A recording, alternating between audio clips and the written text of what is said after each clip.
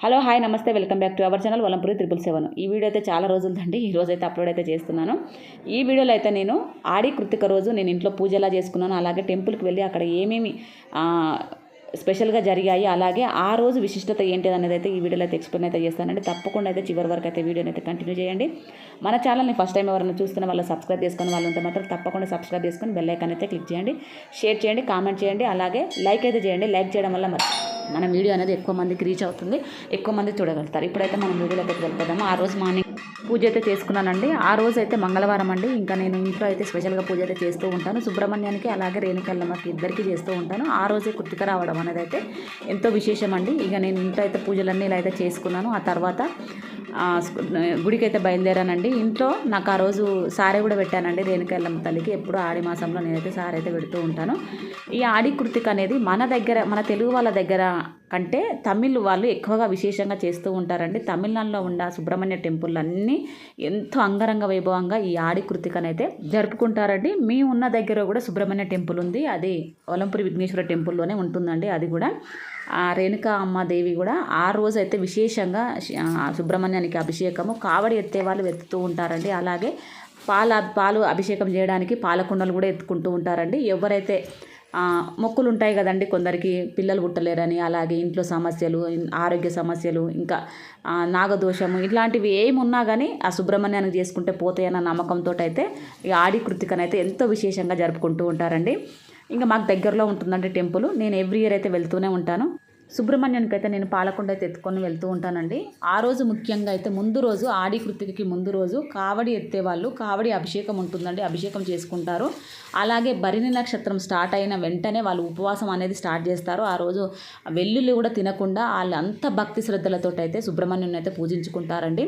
కొందరికి ఇంటి దేవుడు సుబ్రహ్మణ్యుడు ఉంటే మాత్రం వాళ్ళు ఒక 3 days నుంచే వాళ్ళు పూజలు అయితే స్టార్ట్ చేస్తూ ఉంటారంట. అలా భక్తిగా ఉండి, అంటే ఏ ఒక్కటి మిస్ కాకుండా దేవుడికి చేసే పూజ అయినా వాళ్ళు ఏమి తినాలి ఏం తినకూడదు అవన్నీ అయితే పాటిస్తూ ఉంటారు. అలా చేసుకుంటూ ఉంటారండి. సుబ్రహ్మణ్యానికి అయితే ముందు రోజు అయితే కావడి అభిషేకం అయితే ఉంటుందండి టెంపుల్లో. కావడి ఎత్తే వాళ్ళు డైరెక్ట్గా ఎత్తుకొని కొందరు వెళ్తూ ఉంటారు, ఇంటి నుండే ఎత్తుకొని వెళ్తూ ఉంటారండి. కొందరు అయితే టెంపుల్లో సుబ్రహ్మణ్యానికి సమర్పించాలని చెప్పేసి అయితే టెంపుల్లోనే తీసుకొచ్చి అయితే కావడిలు అయితే పెడుతూ ఉంటారు. ఆ కావడికి విశేషంగా పూజలు, అభిషేకాలు, ఆరతులు అన్నీ చేస్తారండి. ఈవినింగ్ టైంలో తను ఎవ్రీ ఇయర్ ఈవినింగ్ కావడి అభిషేకం అయితే ఉంటుందండి. ఎత్తుకునే వాళ్ళ ప్రతి ఒక్కరు ఆ కావడిలు తీసుకొచ్చి అక్కడ పెడుతూ ఉంటారు. ఆమె టెంపుల్లో కూడా కొందరైతే టెంపుల్లోనే అట్లనే ఉండనిస్తారండి, కొందరు ఇంటికి తీసుకొని వెళ్తూ ఉంటారు. తర్వాత ఒక వారం 1 week ముందు రోజు అయితే అదే 1 week ముందు ఉన్నప్పుడు వాళ్ళు తెచ్చి ఇస్తూ ఉంటారు. ఆ కావడిలన్నీ ఆమె ఒక్క దగ్గర చేర్చి వాటికి పాలాభిషేకము, అలాగే అన్నీగా మనం ఎన్ని రకాల అభిషేకాలు అయితే చేస్తామో అన్ని రకాల అభిషేకాలు అయితే చేస్తూ ఉంటుంది. అదైతే ఇప్పుడైతే చూపిస్తానండి. ఇంట్లో అయితే నాదంతా పని అయిపోయిందండి. ఇంట్లో పని అయిపోగానే ఆ రోజు ఇక మంగళవారం అని చెప్పాను కదండి, రేణుకల్లమ్మకి సారీ కూడా సమర్పించుకున్నాను.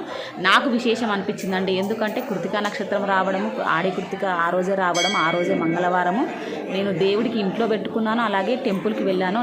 చాలా ఆనందం వేసిందండి ఆ రోజైతే. టెంపుల్కి వెళ్ళిన తర్వాత చూడండి సుబ్రహ్మణ్యుని ఆ వల్లి దేవసేనని ఎంత బాగా అలంకరణ చేశారో అక్కడ. అయితే వీడియో అయితే కొంచెం తీశాను. ఆయనను చూస్తూ ఉంటే కళ్ళ నిండా నీళ్ళన్నీ ఇట్లా వచ్చేస్తూ ఉంటాయండి. అప్పుడప్పుడు నా బాధలు అన్నీ చెప్పుకుంటూ ఉంటాను ఆ టెంపుల్కి వెళ్ళినప్పుడు. మనసులో ఆటోమేటిక్గా కళ్ళపొట్టి నీళ్ళు అయితే వస్తూ ఉంటాయి. చూస్తానికి మనము ఎంతో నిడారంభరంగా బాగుందిలే ఆమెకేందిలే అనుకుంటూ ఉంటాం, కానీ ప్రతి ఒక్కరికి ఏదో బాధ ఉంటూనే ఉంటుందండి. వెళ్ళిన తర్వాత అయితే అభిషేకం అండి. అభిషేకానికైతే అన్నీ రెడీ చేసేసి అభిషేకం అయితే చేశారు. తనైతే కావడి ఎత్తుకుంది, ఎందుకంటే తను ముందు రోజు ఉండదంట అండి.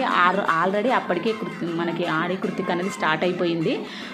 తను అప్పుడే ఎత్తేసి దేవుడికి చూపించి ఇచ్చి ఆమె వెళ్ళేది ఉందండి. అందుకని ఆ ఒక్కరోజు మాత్రం తన ఒక్కతైతే ఎత్తుకుంది. ఈవినింగ్ టైంలో అండి కావడి అభిషేకం అయిపోయిన తర్వాత ఆమె అయితే ఎత్తుకుంది. ఎత్తుకునే ముందు కూడా కంకణం కట్టుకోవాలండి. కంకణం కట్టుకొని దేవుని మొక్కుకొని మనం ఏదైతే అనుకుంటున్నామో అది మొక్కుకొని మనసులో దేవుని ఆరాధన చేసుకున్న తర్వాత కావడి అయితే ఆ అమ్మ రేణుకాదేవి అమ్మ ఇస్తుంది వాళ్ళకి. అది ఇచ్చిన తర్వాత గుడి చుట్టూ ఒక 3 rounds వేస్తారండి. వేసిన తర్వాత మళ్ళీ సుబ్రహ్మణ్యానికి చూపించి అక్కడైతే పెడుతూ ఉంటారు. ఇలా అయితే ఆడి కృత్తిక రోజు విశేషంగా ఈ కావడి ఎత్తే పద్ధతే చాలా విశేషంగా ఉంటుందండి.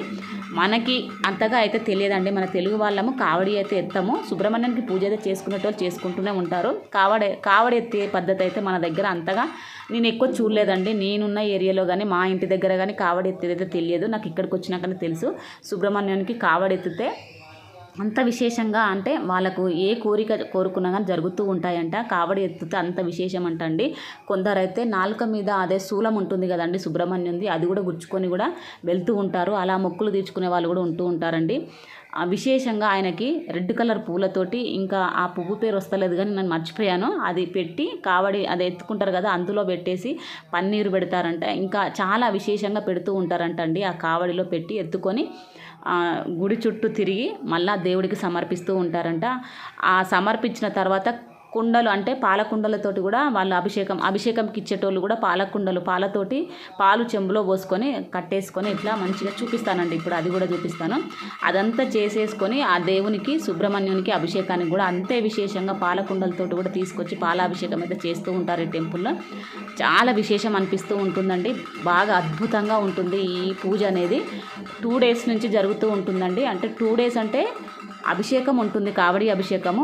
6 days ముందు నుంచే కందషష్ఠి కవచం చదివేదైతే ఈ టెంపుల్లో ఆచారం అయితే ఉందండి. ముందు అంటే 6 రోజుల ముందు నుండే కందషష్ఠి చదివి ఆ సుబ్రహ్మణ్యాన్ని అయితే ఆరాధన అయితే చేసుకుంటూ ఉంటారు. ఆ ముందు రోజు తర్వాత ఆడి కృతిక రోజు మార్నింగ్ అండి నేను ఈ టెంపుల్లో అదే ఇంట్లో పూజ అంతా చేసుకొని అయితే టెంపుల్కి అయితే వెళ్ళాను. ప్రతి ఒక్కరూ ఆ అమ్మ మనము దండ తీసుకొని వెళ్ళాలండి. అంటే కావడి ఎత్తుకునే వాళ్ళు వేసుకుంటూ ఉంటారు. అలాగే పాలకుండ ఎత్తుకునే వాళ్ళు కూడా దండ వేసుకొని అమ్మతోటి వేయించుకొని ఆ పాలకుండ అయితే నెత్తిలో పెట్టుకొని ఒక రౌండ్ తిరుగుతారండి. దగ్గర ఉంటే లోపలనే అయితే 3 rounds తిరుగుతూ ఉంటారండి. లాంగ్ ఉంటుంది టెంపుల్. దానికైతే ఒక రౌండ్ వేసేసి ఆ అభిషేకానికి అయితే పాలన్నీ తీసుకొచ్చి అయితే ఇస్తూ ఉంటారు.